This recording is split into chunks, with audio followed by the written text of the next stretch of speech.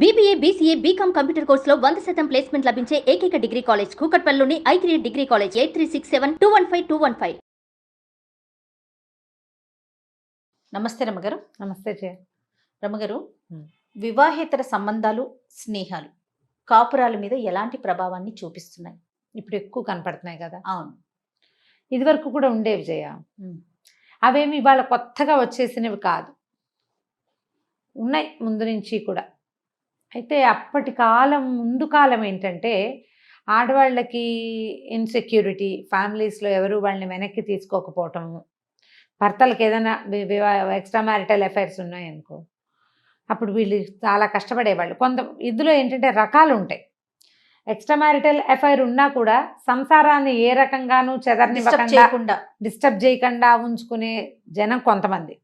బాగా ఆస్తి స్వాస్తులు ఉంటే ఏదో కొంత ఆస్తి అటు పోనిచ్చినా మిగిలిందంతా జాగ్రత్త చేసి వీళ్ళని చూసుకుని, ఇందులో భార్యలు చాలా కష్టంగా ఉన్న మనసుకి పెద్ద ఇబ్బంది లేదు కాబట్టి ఏదో సర్దుకుని ఉండేవాళ్ళు. పైగా ఈ మగవాళ్ళ ఇలాంటి దౌష్ట్యాలకి సమాధానం చెప్పగలిగే స్థితి ఆనాడు ఉండేది కదా. మగాడు వాడికి ఏముంది అని తల్లిదండ్రులు కానీ స్నేహితులు పెద్దవాళ్ళంతా కూడా సపోర్ట్ చేసేసేవారు మగవాళ్ళని. మనకున్న ముందున్న చరిత్రలో కూడా రమ్మగారు, రాజులను తీసుకున్నా, పురాణ ఇతిహాసాలు తీసుకున్నా కూడా ఇద్దరిద్దరు ఉండటం అట్లా సహజం కదా. అది దాని ప్రభావం ఏమన్నా ఉంటుంది. అట్లా కూడా ఆడవాళ్ళు కొంచెం తొందరగా పెద్దవాళ్ళు అయిపోతారు, మగవాళ్ళకి ఇంకా యవ్వనం ఎక్కువ కాలం ఉంటుంది.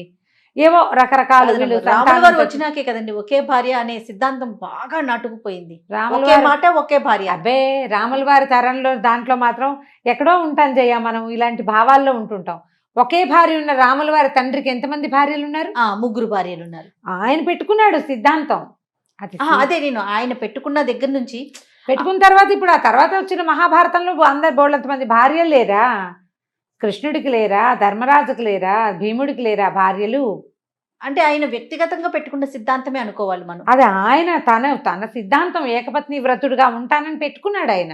అయితే ఆయన్ని ఎవరైతే నమ్ముతారో వారు దాన్ని ఫాలో అయ్యేవారు. అయితే అవుతారు, లేకపోతే లేదు జయ. అంతే, అసలు అదేమీ రూల్ కాదు. ఏకపత్ని వ్రతులుగానే ఉన్నారని చరిత్రలో చెప్పగలిగిన వాళ్ళు తక్కువే ఉన్నారు. ఏకపత్ని వ్రతుడు అనగానే ఠకీమని మనకు గుర్తొచ్చేది ఎవరు? రాములు వారు. అంతే. అసలు ఆయన ఇందులోకి రాకూడదు మనం.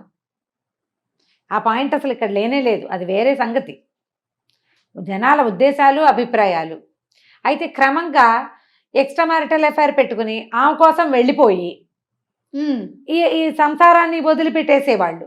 ఇక్కడ భార్యను అసలు చూడకుండా, డబ్బులు ఇవ్వకుండా, ఇంట్లో ఏమీ చూడకుండా, పిల్లల జీవితాలు పాడు చేసేసి వాళ్ళకి చదువుకోవడానికి చేయకుండా ఆస్తంతా అక్కడ ఎవరికో దోచిపెట్టేసి అలా చేసేటప్పుడు అప్పుడు వీళ్ళకి తల్లులకి, ఆడవాళ్ళకి పుట్టింట్లో సపోర్ట్ దొరికిందా, లభిస్తే, అవకాశం ఉంటే ఆ పిల్లల్ని ఎట్లా కొట్లా ఆవిడ బతికించుకునేది. తర్వాత కాలంలో ఆడవాళ్ళకు కూడా ఉద్యోగాలు, చదువులు వచ్చాక కూడా మగవాళ్ళ ఇలాంటి దౌష్ట్యాలని సమాజం కోసం, ఒంటరిగా ఉంటే తనకి ఇలాంటివేవో దిక్కుమాలిన పరిస్థితులు వస్తాయన్న భయంతో, సెక్యూరిటీ కోసం తండ్రిని వదిలిపెట్టేసింది అంటే పిల్లలకి పెళ్ళిళ్ళు కావన్న భయాలతోటి సర్దు కూరుకునేవాళ్ళు. ఇదివరకటి కాలం అంతా 90% మగవాళ్లదే దౌష్ట్యం, మగవాళ్లకే ఎక్స్ట్రా మ్యారిటల్ అఫైర్స్ ఇదివరకటి కాలం. తర్వాత ఇటీవల కాలంలో ఆడవాళ్ళకి మగవాళ్ళకి కూడా ఎక్స్ట్రా మ్యారిటల్ అఫైర్స్. వివాహేతర సంబంధానికి ఆడ మగ ఇద్దరు అతీతులు కాదు. ప్రెసెంట్ అయితే కొంతకాలంగా ఇదే ఉంది. ఆడవాళ్ళు ఎప్పుడూ పతివ్రతలుగాను ఉండటం లేదు, మగవాళ్ళు ఏకపత్ని వ్రతులుగాను ఉండట్లేదు. వాళ్ళది ఎక్కువ వీళ్ళది తక్కువ అని చెప్పడానికి వీలే లేదు. మనం నిన్నటికి నిన్న పెళ్లి ఇష్టం లేక ఆ పిల్లెవరో ఒక కుర్రాడి పేక్ కోసేసిన కేసు చూసాం. అంతకుముందు కాలంలో మనం ఏం చేసాము, మనం చూసిన కేసులు ప్రేమించట్లేదని అమ్మాయి కొబ్బరి బండాలు నరికే కత్తితో నరికేసిన ఒక దుర్మార్గుడిని చూసాం. ఆడపిల్లలు ఏం తక్కువ తినలేదమ్మా, ఇప్పుడు వీళ్ళు చేసేస్తున్నారు అలాగే. ఇప్పుడు మనం ఎవరికి చెప్తాం? అంతేగా కదా. అఫైర్ దాకా వెళ్ళొద్దు. స్నేహాలు, ఇవి మనకి సెల్ ఫోన్ అనేది మన జీవితంలోకి ప్రవేశించాక ఈ అఫైర్స్, స్నేహాలు ఇవన్నీ మన జీవితాల్లోకి సక్సెస్ఫుల్గా వచ్చేసినాయి. చాలా ఈజీగా, చాలా సింపుల్గా, ఎవరికీ తెలియదు, తెలియకుండా జరిగిపోతాయి. ఫోన్లలోనే కాపురం చేసేస్తారు. ఎంత బ్యాడ్ ప్రాక్టీసో, మనకి విలువలు లేవు, జీరో చేసేసుకున్నాం. అసలు ఏం లేవు మన దగ్గర. డొల్ల ఈ శరీరం, మనసు డొల్ల. మనం ఒకళ్ళతో కలిసి ఉంటాం, ఇంకోళ్ళతో ఏదో పిచ్చివాగుడు వాగేస్తాం. ఒకటి కాదు, 2, 3, 4, 5, 6లతో కూడా ఫ్లాటీగా మాట్లాడేస్తాం. ఒక మనిషితోటి కాదు, దాంట్లో కూడా ఏమి నియమాలు లేవు మనకి. వాటన్నిటినీ గాలికి వదిలేసాం. ఇందాక ఒక మంచి పదం చెప్పారు సూరమ్మ గారు, ఫోనుల్లోనే కాపురాలు చేసేస్తున్నారు. ఇంకా ఆఫీస్ ఫ్రెండ్షిప్లు, ఆఫీసుల్లో ఫ్రెండ్షిప్లు, ఈ ఇంట్లో ఫ్యామిలీ ఉంటుంది, అతనికి అమ్మాయికి కూడా వీళ్ళిద్దరికి స్నేహాలు. ఇప్పుడు ఎక్స్ట్రా మ్యారిటల్ అఫైర్స్, మగవాడి దౌష్ట్యం దుర్మార్గం అని అంటానికి మనకేముంది? అవతలది ఆడదాంతోటే కదా సంబంధం. ఇప్పుడు ఆడవాళ్ళ వల్లే కదా మనకి సమస్య. అది మంజాతే కదా, మంజాతే ఖచ్చితంగా. ఇప్పుడు వాళ్ళకి ఏదో దుర్మార్గం, చెడు అలవాట్లు ఉన్నాయి, ఇలాగ ఎక్స్ట్రా మ్యారిటల్ ఇవి ఉన్నాయని సెపరేట్ అయిపోతారు. వీళ్ళు ఒంటరిగా ఉన్నారని తెలిస్తే వీళ్ళకి ఇంకో 4, 5 ట్రై చేస్తారు. కొన్నాళ్ళు వీళ్ళు కూడా అదే దారి పడతారు. పట్టకుండా ఉండే పరిస్థితి లేదు. మనం సమాజంలోకి వెళ్తున్నాం కదా. విలువ, ఒక బంధానికి ఒక విలువ అనేది ఉంటే మనం ఇది చేయకూడదు. ఏం ఒట్టి మాటలేగా అంటారు కొంతమంది. ఒట్టి మాటలైతే ఎవరితోటైనా బూతులాడేస్తావా నువ్వు? ఒట్టి మాటలైతే చెప్పు. పైగా వీడేదో చేస్తాడు, నేను ఇలాగే చేస్తాను అంటాడు. అప్పుడు హారీ చేస్తే ఒప్పుకోగలరా?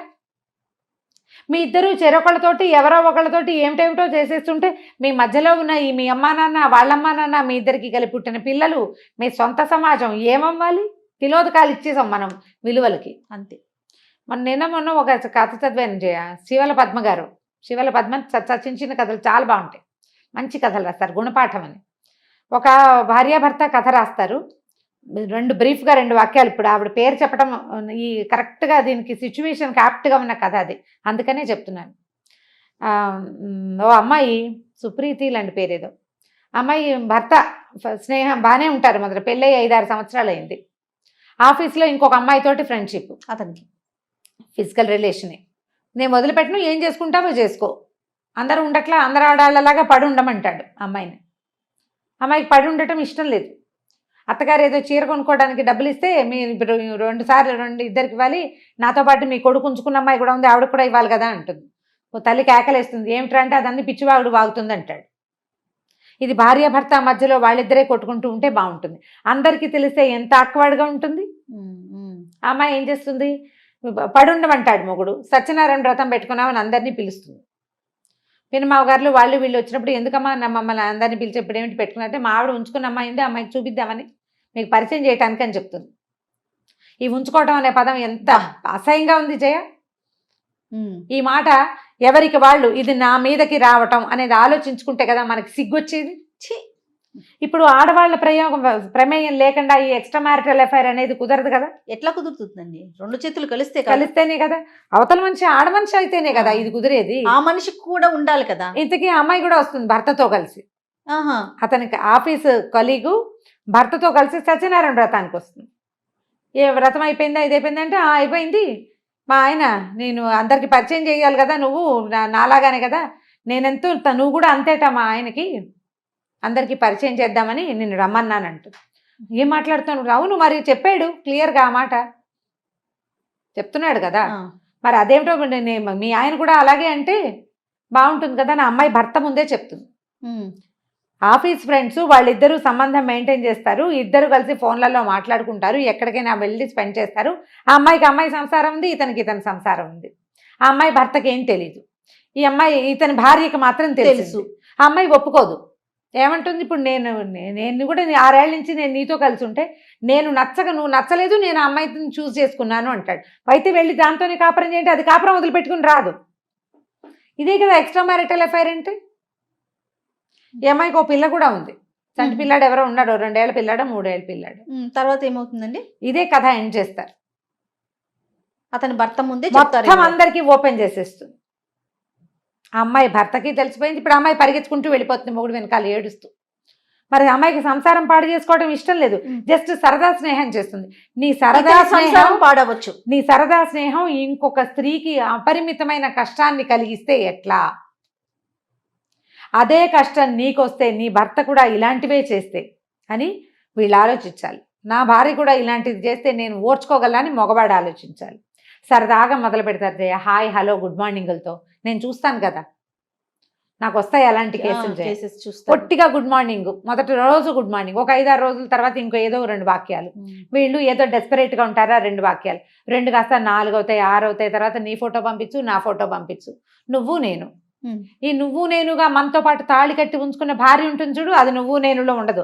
దానికి ఏనాడు తెల్లారైతే శుభోదయాలు గుడ్ మార్నింగ్లు చెప్పరు, వాళ్ళు ఎవరికో చెప్తారు. ఇంట్లో ఉన్నది పనికిరాదు. అసలు నువ్వు గుడ్ మార్నింగ్ చెప్పక్కర్లేదు, శుభోదయం చెప్పక్కర్లేదు. పొద్దున్నే లేచిన భార్య మొహం బాగుందో లేదో అయినా అది కూడా చూడలేదు, ఆమె మూడ్ ఆఫ్ గా ఉందో లేదో కూడా పట్టించుకోరు, వీళ్ళు ఫోన్ నొక్కుంటూ ఉంటారు. అంతే, భార్యలు భార్యలు కూడా అంతేనమ్మా. లేవగానే భర్త కాఫీ ఇద్దాం, ఇల్లు వాకిలు చూసుకుందాం అనుకోవట్లా, వీళ్ళు తెల్లవారుజామున వాకింగ్ లేచిన దగ్గర నుంచి మెసేజ్లు పెడతారు. నాకు వస్తాయి కేసులు, అందుకని ఇంత క్లియర్గా చెప్తున్నా నేను. తెల్లవారుజామున వాకింగ్కి నిద్ర లేచి కృష్ణారామ అనుకోవటం మానేసి ఎవరికో గుడ్ మార్నింగ్ పెడతారు. ఇప్పుడు ఫ్రెండ్స్ గ్రూప్ ఉన్నాం మనం, ఒకళ్ళు గుడ్ మార్నింగ్ పెడితే అందరికీ వస్తుంది, పోనీ బాగుంది. నువ్వు స్పెషల్గా ఒకళ్ళకి ఎందుకు పెట్టాలి? ఓ పర్సన్కి పెట్టామంటే వాళ్ళు ఏదో స్పెషల్ అనే కదా. క్రమంగా ఈ స్పెషాలిటీ ఎక్కడికి తీసుకెళ్తుంది, దాని ఖరీదు నీ జీవితం అని నీకు ఎప్పుడైనా అర్థమవుతుంది. ఒక టైము, ఒక పద్ధతి, ఒక విలువ ఏమి నాకు తోచింది నేను చేసేయటమే, అంతే.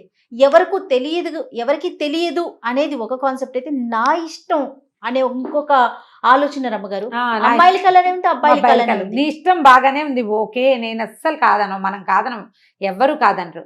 కానీ నీ తాలూకు ఈ ధోరణి వల్ల దీని విలువ, నీ క్యారెక్టర్ అని నీకు అర్థమవుతుందా ఎప్పటికైనా? నీ వ్యక్తిత్వం అంత ఆలోచిస్తారంటారా?